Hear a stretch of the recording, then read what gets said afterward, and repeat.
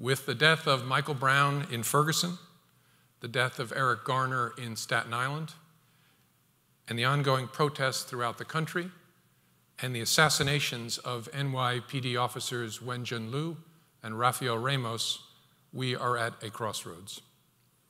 As a society, we can choose to live our lives every day raising our families, going to work, and hoping that someone, somewhere, will do something to ease the tension, to smooth over the conflict. We can roll up our car windows, turn up the radio, and drive around these problems.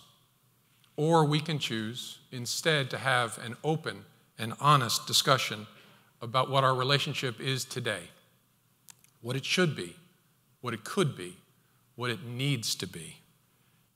Something happens to people in law enforcement. Many of us develop different flavors of cynicism that we work hard to resist because they can be lazy mental shortcuts. For example, criminal suspects routinely lie about their guilt, and nearly everybody that we charge is guilty. That makes it easy for some folks in law enforcement to assume that everybody's lying and that no suspect, regardless of their race, could be innocent. Easy, but wrong.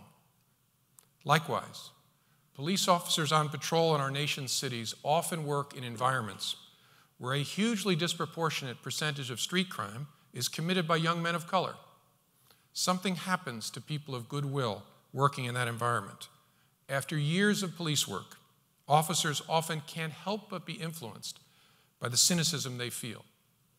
A mental shortcut becomes almost irresistible and maybe even rational by some lights.